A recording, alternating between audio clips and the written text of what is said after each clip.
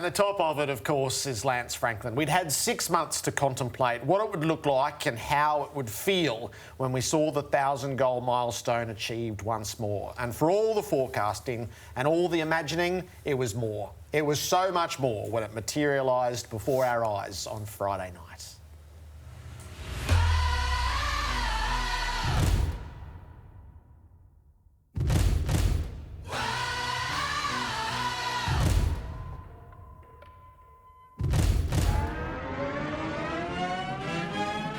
Ladies and gents, this is the moment you have been waiting for.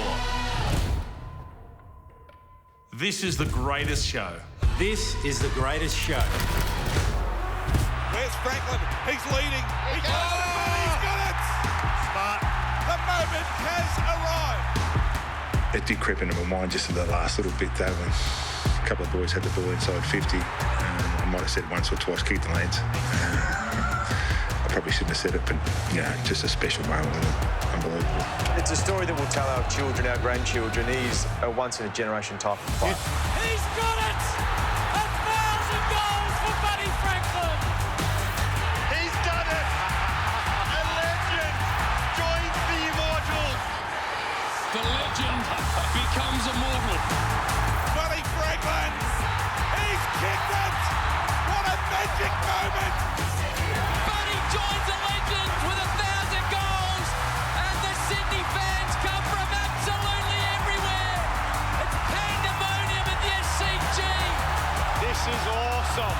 I'm videoing this on my phone watching. I've got goosebumps on my arms. What a moment to be here. Well, I've never seen that. I've never been a part of that. So that was one of the most special moments you probably get. Always had the potential to be Buddy's night and Australian football in Sydney. We've just been able to watch one of the all-time greats go about his business, and to be able to sit there and watch that tonight was pretty special. He stands so far apart in his makeup, in the way he's played the game. He's truly one of a kind. What an amazing achievement. So proud of him. just the way that he handled that, he was genuinely wrapped. Became the Buddy show in the last quarter, didn't it? He's a very humble superstar, and they're always the best types. It was just an amazing moment, one I'll cherish forever. He's a footy head, and so he fully appreciates the significance of it, as he should be. Really proud of that. What a legend! What a moment!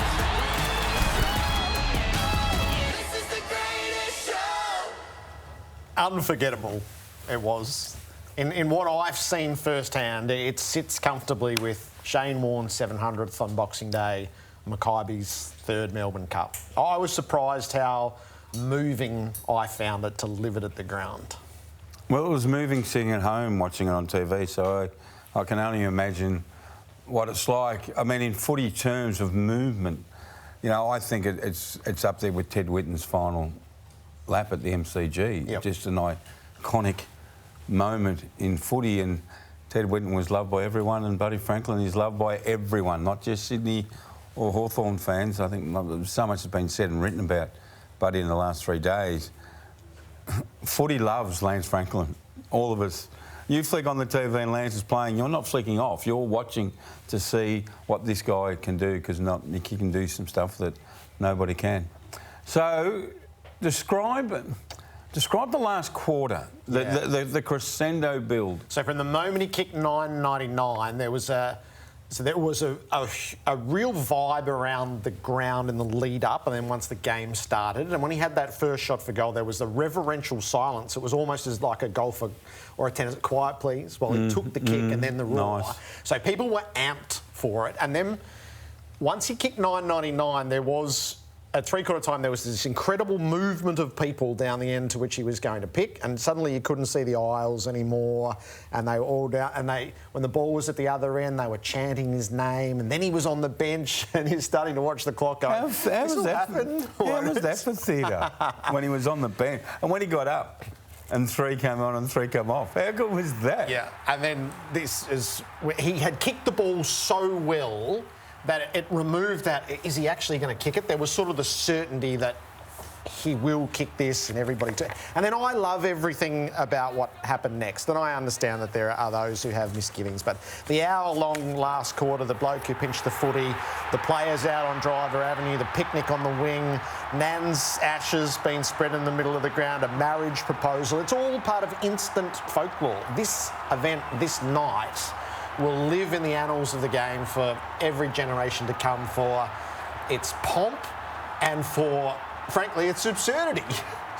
It'll live in the sporting world as well, Jared, because we are a very peculiar nation, Australia, and you only learn that when you go overseas and speak to people and they tell you what they think of Australia.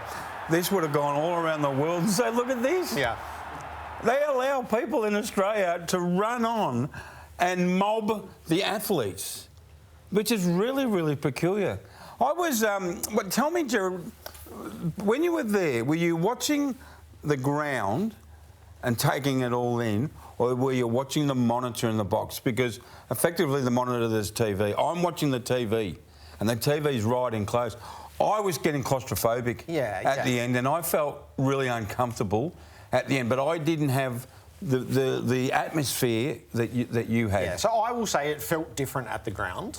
It didn't have any sort of threatening or scary connotation, notwithstanding how surrounded Buddy was. But every time he moved, you could see where he was moving by the raising up of hands and cameras along the way. I personally think people respected it. They knew what they were part of. They know that this is a tradition that Aussie Rules has. So it wasn't a mob scene. I feel like people did know what they were doing and they respected it. And had Lance been surrounded by security, we don't get this moment. And that's how it lives, I think. So that's Michael Wilson, isn't it? That image? Oh, to be honest, I don't know. I mean, if there are 8 security guards around him and no one can get near him, we don't get that. And that is as pure as it can be. And because he said it's a nice he's trade-off. Lapping it up. It's a lucky trade-off, Jared. It swings on whether he was comfortable or not. And he said he was lapping it up. The adrenaline rush going through his body, we can't even begin to imagine. No. We cannot even begin. But I'll just say it again, it was a magical moment up there with the all-time great moments. This game has been going for 150 years. And we haven't got a lot on film because TV didn't exist before 1955, 56. So this is up there. It could be number one, Jared. Yep. It could be the best moment that's happened in football.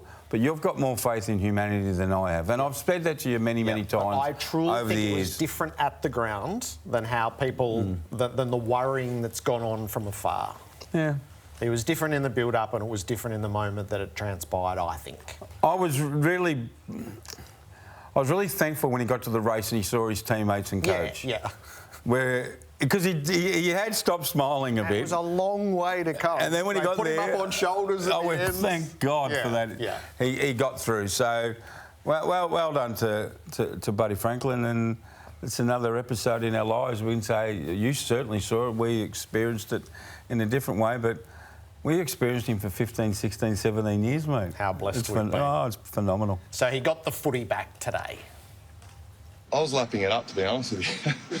A little bit of carry on. But I think when I kicked the 100 goals in 2008, at that stage I was very young and I thought if I ever got to 1,000 goals, I'm really going to enjoy it.